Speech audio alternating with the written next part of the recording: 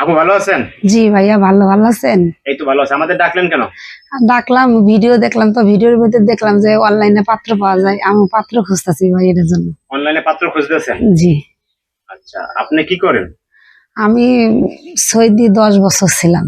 10 বছর সৌদি আরবে ছিলেন, এখন বাংলাদেশে চলে আসছেন। এখন বাংলাদেশে চলে আসছি। বিয়ে শাদী যাবেন না? না, আর আমি যাবো না। বিয়ে শাদী করবেন? জি জি। আগে পরে বিয়ে শাদী করছিলেন? না, বিয়ে শাদী করে। এটা প্রথম। আচ্ছা, ফ্যামিলিতে কে কে আছে সদস্য? ফ্যামিলিতে আমার 2 ভাই আর আমার মা আছে। 2 ভাই বিয়ে করে যার যার মতন ভিন্ন খাইতেছে, তারা আলাদা। আমার সাথে কথাবার্তা বলে না, আমি বিদেশ থাকছি দেখে নানান জন নানান কথা কয়ে গিয়ে কথা বলে। আমি ওই বিদ্যমানে আমি থাকি আমার মতন।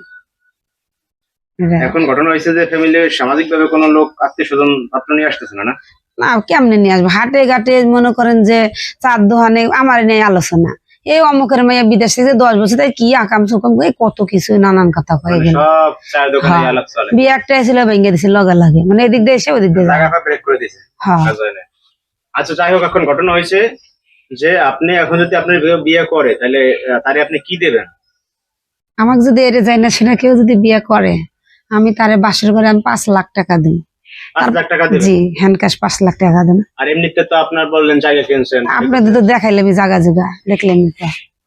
এমনি ঘর জামাই থাকলে থাকতে পারবে? অবশ্যই, যদি ঘর জামাই থাকে থাকবো, আর যদি কয় না আমি ঘর জামাই থাকবো কে, হ্যার বাড়িতে আমার নিয়ে গেলে নিয়ে যেতে পারবো, কারণ দরকার হলে জায়গা বিক্রি করে এলাম, সমস্যা কি? কপালে যা আছে তাই, কালো হোক ফস হোক যেমন হোক সমস্যা নেই।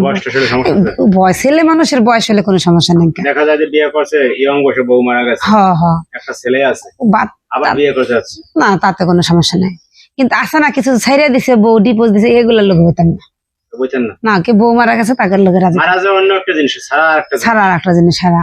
কারণ কারণ দেখছেন, মনে করেন যে একজন ছাড়লো আমার সাথে কতক্ষণ আপনার ছেড়ে দেবে, ভয়ে আপনি দরকার না। আমি যে অনেক কিছু দেখি, 5 লাখ দেবেন টাকা, দুদিন পর চলে যাবে। অনেকে তো বিয়ে করতে আসবে, যে বিয়ে করলে তো 5 লাখ পাবো, 1 মাস সংসার করে যাবো। ওখানে 2টা বাচ্চা থেকে যদি বউ মারা যায় তাতে তার ভিতরে আমি রাজি আছি। ওই ধরনের কার্যকলাপ হইতে নাই কি? না না, আপনি চাইতেছেন যে বিয়ে করবে তার নিয়ে আপনি সংসার করবেন, সারা জীবন থাকতেছেন, এটাই আমি চাই। এখন এটা হচ্ছে গাজীপুর কোনাবাড়ি, আপনি বলেন? হ্যাঁ, গাজীপুর কোনাবাড়ি।